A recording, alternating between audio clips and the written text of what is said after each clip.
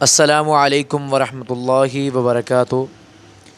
الحمدللہ وحدہ، اما بعد، اعوذ باللہ من الشیطان الرجیم، بسم اللہ الرحمن الرحیم۔ انسان کی زندگی کے ساتھ خوابوں کے تعلق اس کی آنے والی زندگی کے ساتھ بہت سے معاملاتوں کو بتاتے ہیں، اور انسانی زندگی کے ساتھ ساتھ انسان کو خواب بھی لازم آتے ہیں۔ اور کون سے ایسے خواب ہے جو کہ واقعی سچے ہوتے ہیں، اور کون سی ایسی تعبیر ہے جس کی تعبیر، خواب تو برے ہوتے لیکن ان کی تعبیر اچھی ہوتی ہے۔ ہمارے ہاں جب بھی کسی کو خواب آتا ہے تو بہت سے لوگ خواب کی تعبیر نکالنے میں جلدی کرتے ہیں۔ کوشش کریں کہ کبھی بھی اپنی خواب کی تعبیر خود نہ نکالیں۔ اگر آپ قرآن اور حدیث کو نہیں پڑھے، اگر آپ کا مطالعہ نہیں ہے، تو ہمیشہ خواب کی تعبیر آپ نے کسی اچھے انسان سے لگوانی ہے، اور وہ قرآن و حدیث کو جانتا ہو، تعبیر نکالنے والا ہو۔ کیونکہ جناب محمد رسول اللہ صلی اللہ علیہ وسلم نے فرمایا کہ تم خواب کی تعبیر جیسے بتا دو کہ ویسے ہو جاتی ہے۔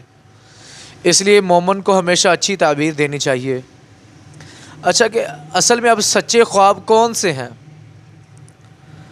سب سے پہلے سچا خواب وہ ہے کہ جو انسان اپنی زندگی کے اندر اپنے معاملاتوں کو بہتر رکھتا ہے، اس کی زندگی گزر بسر ہو رہی ہے، وہ اپنے ناپ تول میں اچھائی رکھتا ہے، ناپ تول میں کمی نہیں کرتا، اپنے معاملاتوں کو خراب نہیں کرتا، سارا دن اس کی عبادات اچھی ہے، رات کو وہ سورۃ ملک پڑھ کے سوتا ہے، سونے سے 3 گھنٹے پہلے کھانا کھا کے سوتا ہے، اور یہ چیزوں کا اہتمام کرتا ہے، اس کی خواب کی تعبیر جو کہ سچی ہوتی ہے، ہمیشہ یاد رکھا جائے۔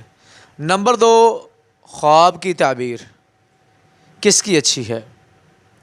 ہاں، خواب کی تعبیر نمبر 2 کس وقت اچھی ہے؟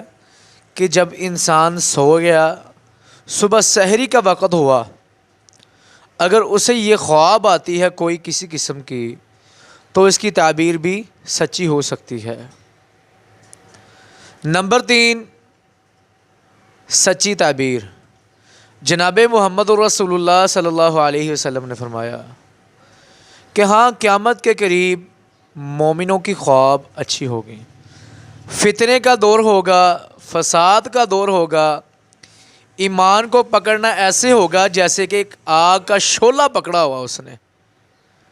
ہاں، کہ مومن وہ سارا دن اپنے پھر بھی اللہ کی رسی کو مضبوطی سے پکڑتا ہے، اپنے معاملاتوں کو بہتر رکھتا ہے، ہاں، اس کی خواب کی تعبیر بھی سچی ہوتی ہے۔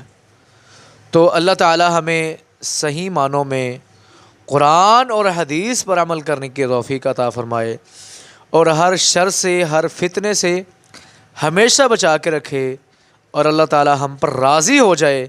السلام علیکم ورحمۃ اللہ وبرکاتہ۔